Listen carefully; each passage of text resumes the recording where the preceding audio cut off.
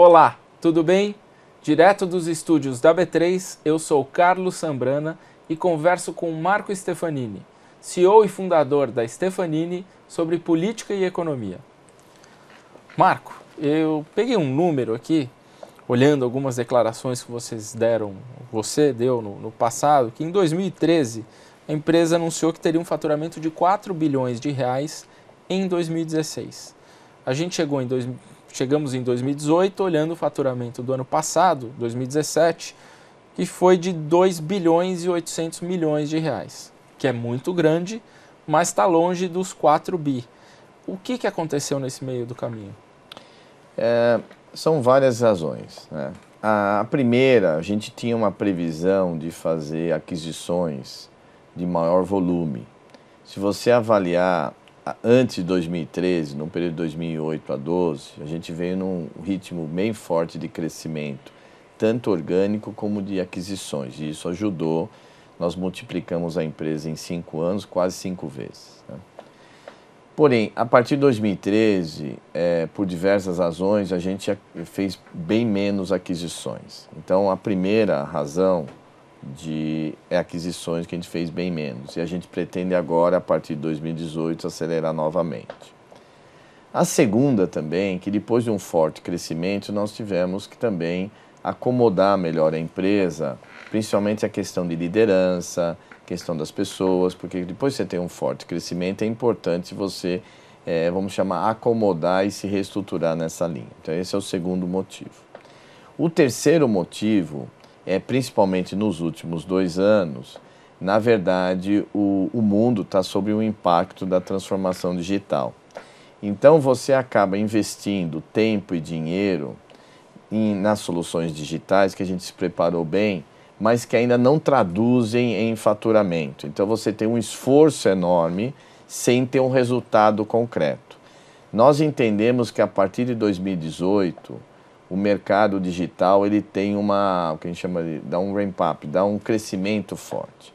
Se a gente avaliar até 2016, a gente gastou muita saliva, muita sola de sapato, mas pouco resultado no mundo digital, porque a boa parte do mundo B2B, as grandes empresas, ainda estavam namorando, estavam entendendo o contexto. Então o mundo digital estava muito mais preso vamos chamar assim, as empresas menores, as startups e tudo mais, ou aqueles grandes challengers, né, tipo Uber e assim por diante. A partir de 2017 a gente já percebeu já uma mudança. As empresas começaram a comprar no mundo digital, já começaram a investir mais. Então, a partir de 2018, 19 e 20, vai ter uma mudança muito grande.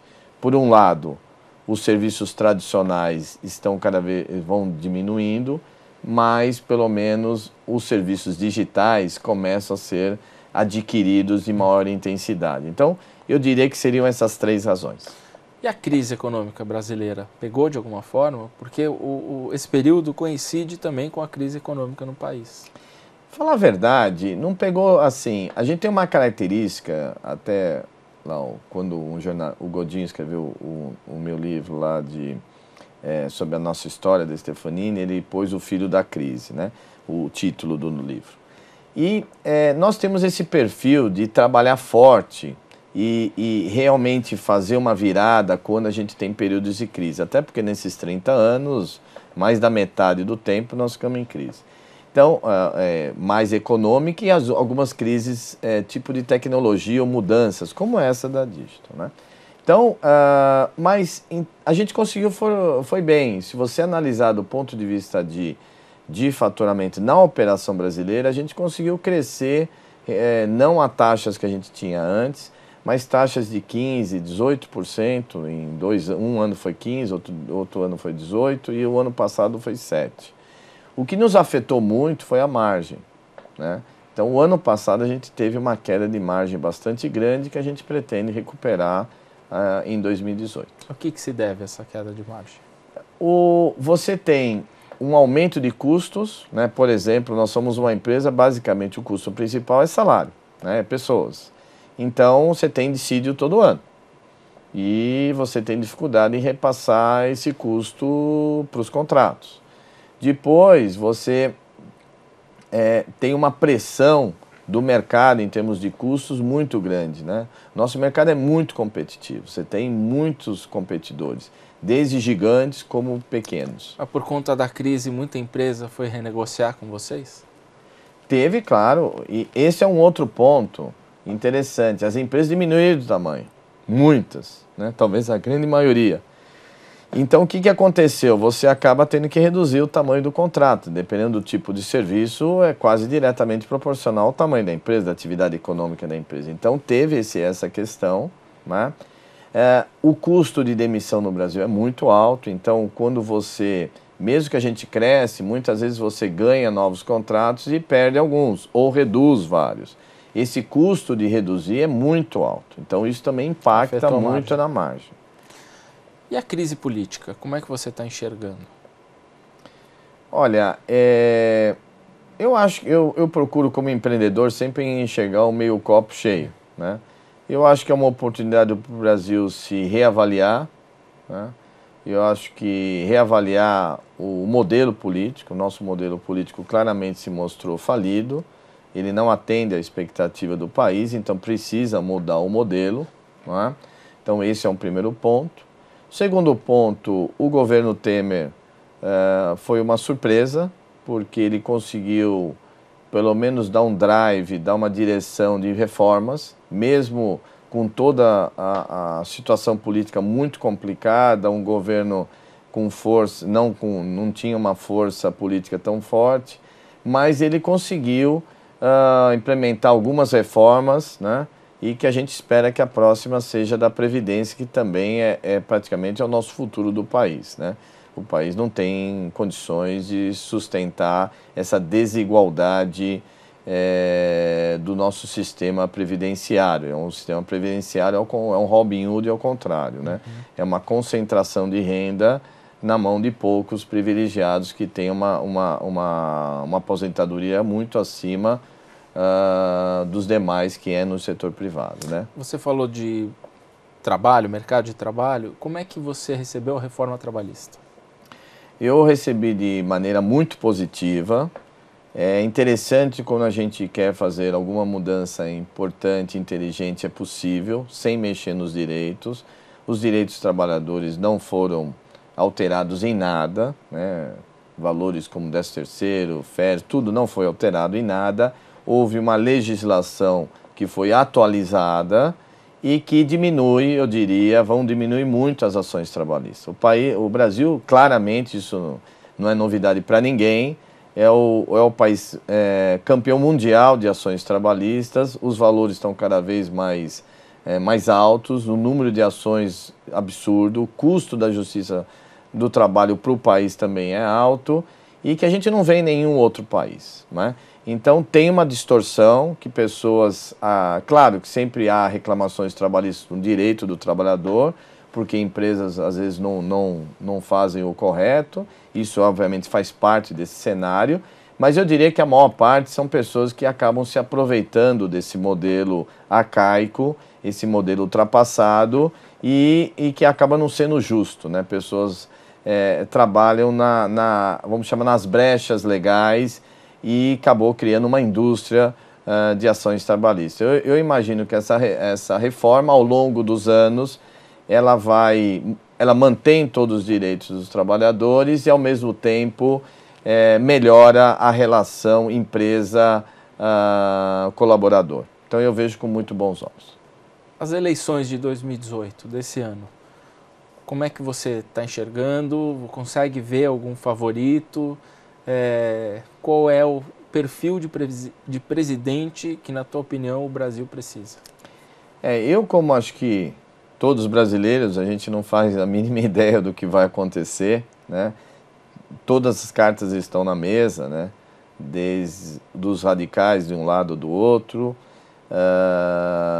Eu particularmente espero, né, para o bem do país, que a gente consiga ter um presidente de centro, um presidente que tenha uma visão que prestigie a atividade privada, né?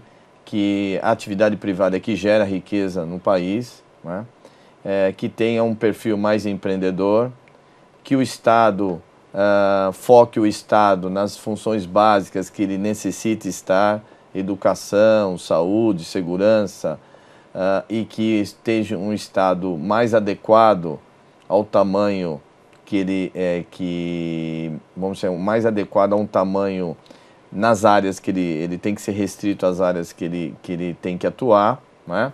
E que a gente consiga trabalhar com menos impostos, né? E de maneira muito mais assertiva. Então, eu espero realmente uma oportunidade do Brasil virar a página depois de tanto sofrimento e de tantos anos de crise.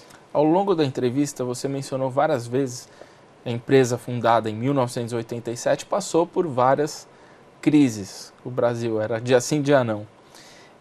Olhando hoje, comparando 1987 com hoje, 2018, o que você vê de mudança no Brasil?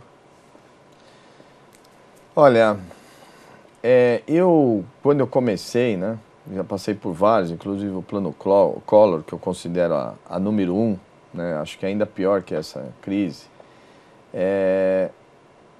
Eu acho que o pior de uma crise é quando você falta perspectiva para as pessoas, né? Você não tem perspectiva para o futuro das pessoas. Eu lembro que na década de 90, claramente o Brasil vivia isso, né?